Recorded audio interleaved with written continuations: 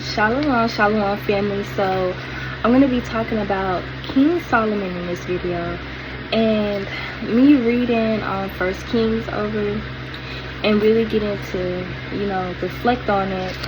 It's teaching me a lot of things. So if you have read the book of Ecclesiastes, it's basically like the sad book that they speak about, like saying it's a sad book. But in all reality, King Solomon lived a lavish life. He lived a lavish life of what people would want today. The gold, the chariots, the money, and, the mansion, all the female, all of these things. So King Solomon lived out all of those things. But he said, if this is not all done in the Most High, it's all vanity. So when I was rereading this, I was like, oh my goodness, like, it's just like, when you just read a chapter in the Bible and you just like, if you're not trying to read too much, but you're trying to read so much because it's so good. Yeah. So especially if you read Ecclesiastes, like you already read that whole chapter, you go to First Kings and you really get the meltdown of what Solomon went through and why he said these things in Ecclesiastes, it's not going to be no sad book. It's going to be a book of wisdom. But basically so I just kind of want to go into it, and the title of this video is going to be called Don't Forget the Most High when you get the things that you pray for. Don't forget the Most High God when you get the things that you pray for. Thank you. Alright, so we're going to go to chapter 9 of First Kings, and it says, verse 3 says, And the Lord said unto him, I have heard thy prayer and thy supplication that thou hast made before me, and I have hallowed this house which thou hast built to put my name forever and ever, and mine eyes and my heart shall be with you perpetually. So David was King Solomon's dad, basically. David was a man after the Most High's heart. David pleased the Most High very well. Because why? Because he was after the Most High's heart. He kept his statutes, but he was a very wise man as well. And he was, like I said, he was after the Most High's heart. So that pleased the Most High. So what he blessed Solomon. So Solomon basically prayed a prayer for these things that he got, which was a temple and I ain't trying to spoil it, but he got all the 12 tribes. He had a whole bunch of gold, shekels, spices, chariots, you name it. He had it all. He had 700 wives. He had it all, right? So this is what the Lord God says what happens when we forsake him, right? So this is it says, they shall answer because they forsook the Lord their God, who brought forth their fathers out of the land of Egypt, and have hold upon other gods, and have worshipped them and served them. Therefore hath the Lord brought upon them all of this evil. So when we forsake him and we go start serving other gods, the Most High is going to take everything that he gave us, whether it's land, livestock, whatever, you name it. When we disobey the Most High, he can take a gift that may be set in you. It may be a gift to write, it may be a gift to draw, it may be a gift to give alms. You just never know what the Most High may bless you with. But if you go and serve other gods and you decide to disobey him, he's going to take all of that away. So, don't ever forget the Most High. Because see, ever heard the saying when people say, when things are going good, nobody prays to the Most High? When things are going bad, you sobbing, praise worship music on, you drop everything, your phone, everything. You just straight worshiping, you straight praying. Why? Because you're in hard times. But we must do the same continually. Keeping his commandments, keeping his statutes, deciding to worship the Most High God, regardless of what we have and what riches that we have been blessed with. So this is chapter 10, verse 7. It says, Howbeit I believed not the words until I came, and mine eyes had not seen it, and behold, the half was not told. By wisdom and prosperity exceeded the fame which I have heard. And this is verse 9. It says, Blessed be the Lord thy God, which hath delighted in thee, to set thee on the throne of Israel, because the Lord loved Israel forever, therefore made me thee king to do judgment and justice. So Solomon was blessed to judge and to have basically dominion over the house of Israel, which was 12 tribes. So Queen Sheba was like, Queen Sheba, she traveled many ways just to hear this man's wisdom. So you know he was up there. He had the fame. You know how celebrities is today? Most of them already know their name. It was how Solomon, baby girl, traveled. Just like how you go to a concert to go see your favorite singer. Baby girl traveled. She's like, I'm trying to hear this wisdom. King Solomon had fame, okay? But he said, mind you, he said, Blessed be the Lord thy God, which delighted in thee. So the Most High had favor upon Solomon because of his father. And he despised that by going to go serve other gods. So we're going to get to that. So this is verse 24. It says, And all the earth sought to hear Solomon's wisdom, which God had put in his heart. Mind you, God had put in his heart. The Most High put in his heart. So when you get things, receive things, it's because of the Most High. I can't remember that one precept. I want to say it might be in Ecclesiastes. But when a man eats and drinks, that is a gift of God. Did you know that? You're not just eating those grapes and cilantro and spinach for nothing. The Most High bless you to eat. So it's the Most High God is the reason why I'm talking on this video. It's the Most High God the reason why I have this clothing on. Okay? It's not because of Nigeria and the hard work. The Most High gave me the body to the hard work so I can get the money to buy myself clothes. Don't forget the Most High God. Okay? Verse 25. And they brought every man his present, vessels of silver and vessels of gold and garments and armor and spices, horses and mules, a rate year by year. So this man had it all. Not just Queen Sheba came to give him spices and armor and shekels and silver. Other people was doing it. Other people too.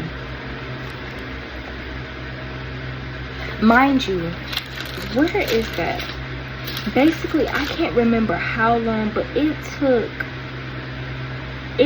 Solomon to build that temple a very long. It was some years. I can't remember where it was, but it was some years. But I'm gonna get to that part because that's the spice. Okay. So this is chapter 11. Now this is the downfall. This is the downfall. This is the part I've been waiting to get to.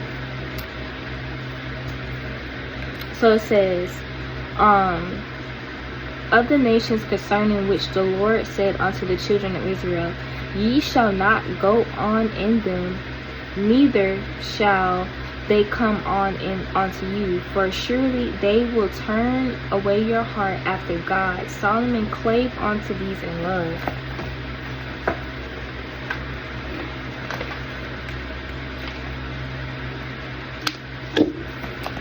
Solomon. I'm sorry, because I can't be no hypocrite. You know what I'm saying? I have felt away from the Lord a couple of times, but it's not worth it. It's not worth it. It's not. Gen Z, it's not worth it. But basically, so in the law, you wasn't supposed to go and mingle with other nations. So the house of Israel, we're not supposed to mingle with other nations. The Arabs today, the white people, the Chinese people, the Ethiopians, it's so many other nations, but basically we weren't supposed to mingle with them. But King Solomon fell into the spirit of what? Lust. And if you read in Galatians chapter 5, those things that are mentioned in there will tell you what will not let you get into the kingdom of God. And lust is one of them. Lust. So what fell into his heart was lust. Right? So it says, verse 4 says, "For it came to pass when Solomon was old, that his wives turned away his heart after other gods, and his heart was not perfect before the Lord his God, and was the heart of David his father."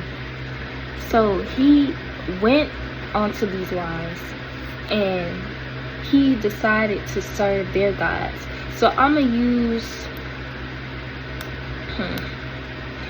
use two examples of two nations of what gods that they serve. So, for example, the Arabs, they serve the stone, that black stone, and they'll go around it, pray to it and everything, right?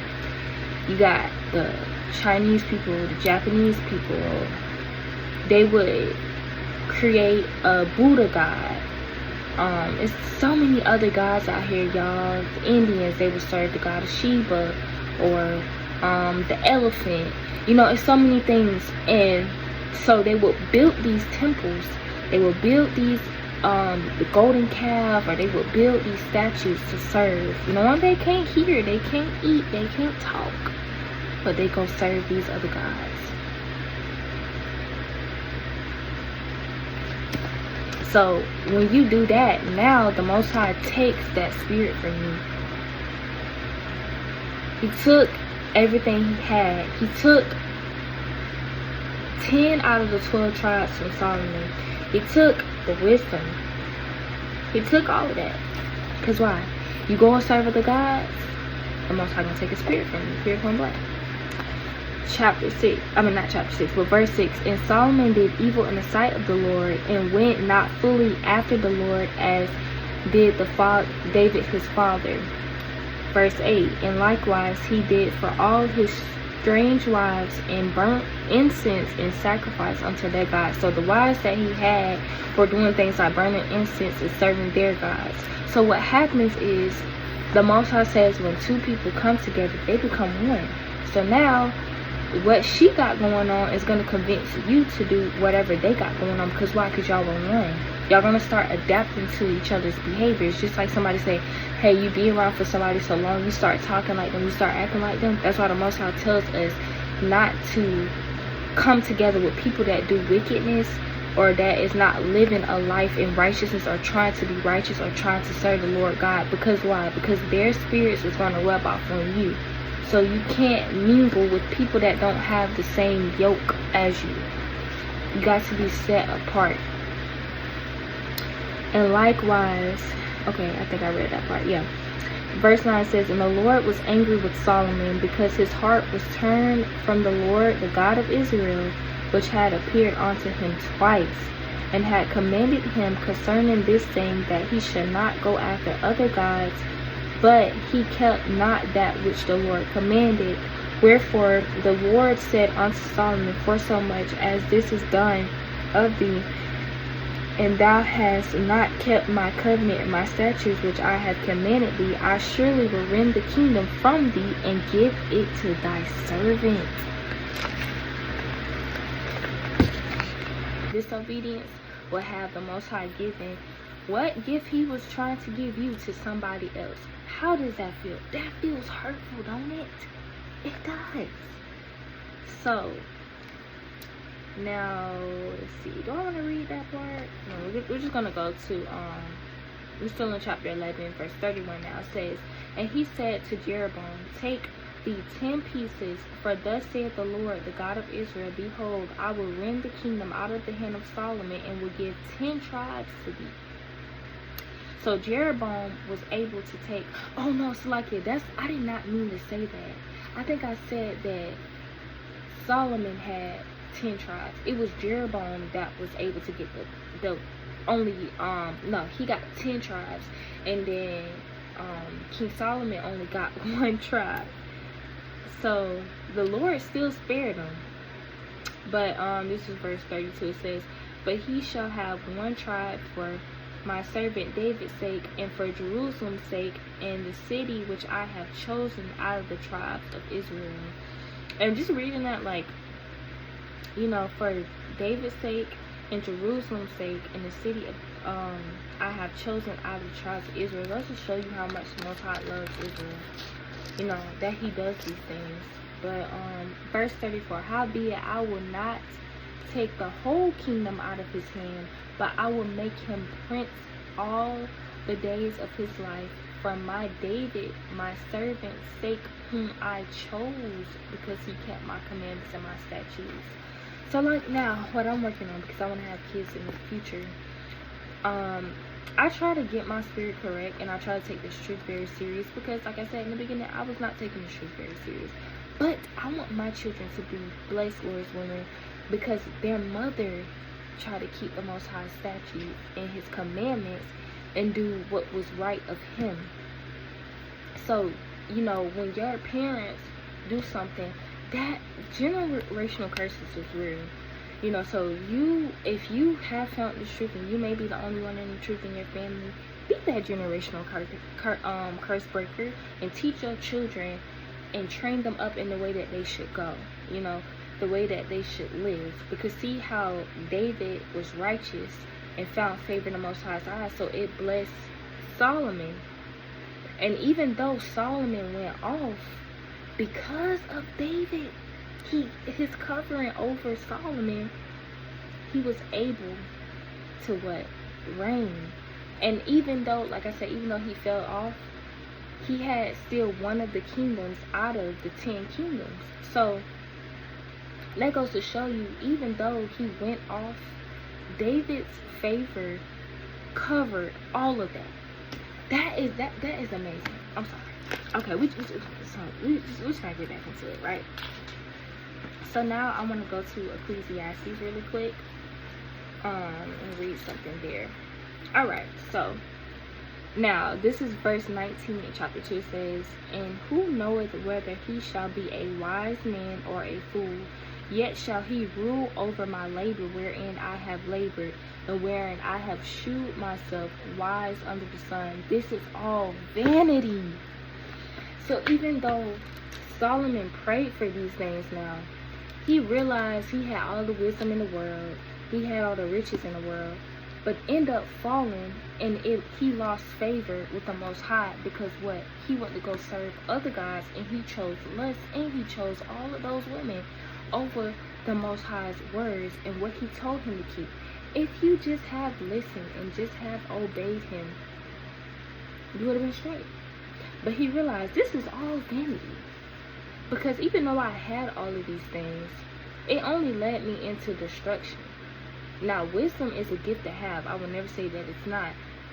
But to have all the wisdom, you got to make sure that you are keeping up with it, because you don't want to despise wisdom by what? Going off. Because wisdom is a wise teacher. She's a wise teacher, and she will be with you most of your life if you don't fill up your temple with lust and pride of life, you know, all these things.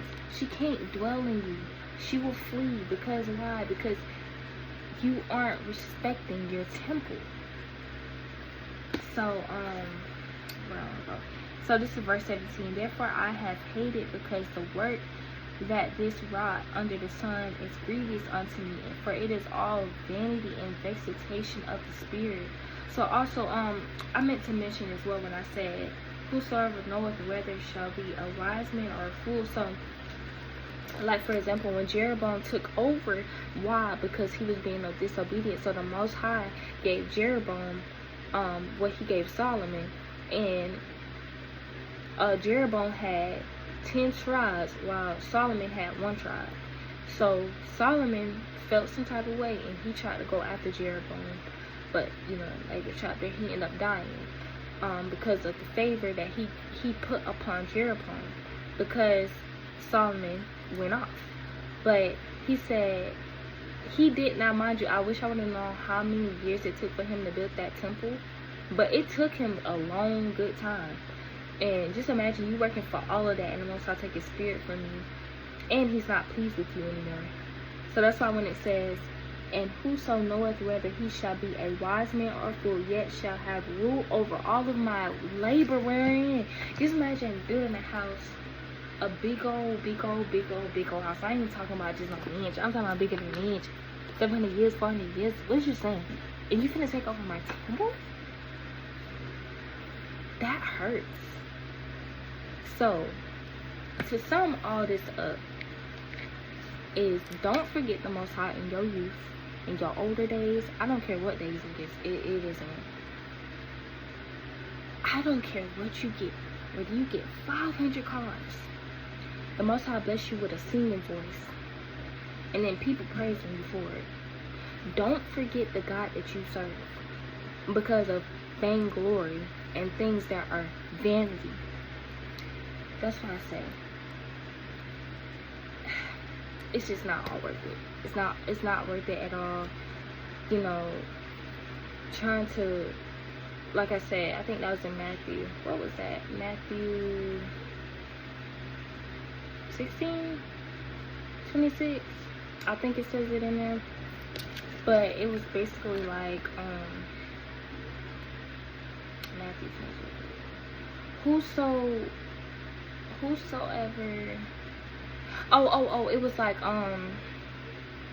what does it profit a man to gain the whole world and lose his soul? You got all of these things, and what? You lose your soul. You know, you can't serve God and you can't serve man. So don't get caught up in things of this world and forget the Most High. As I said, so it says, for what is a man profited he gain the whole world and lose his own soul, and what shall a man give him for exchange of his soul? What does it profit you? So you got to keep the Most High in between everything. You got to desire the Most High more than everything, over your family, over your friends, over riches, over anything in this world, because see, that is the gift of this life. And with that, I just want to say Shalom. You know, matter of fact, Shabbat Shalom. But, you know, make sure you keep the Most High on this forefront. No matter what you get, no matter what status you have, because then you become big-headed and you will forget the gift that the Most High set in you because of riches and gains and profit of this world. And with that, I say Shalom.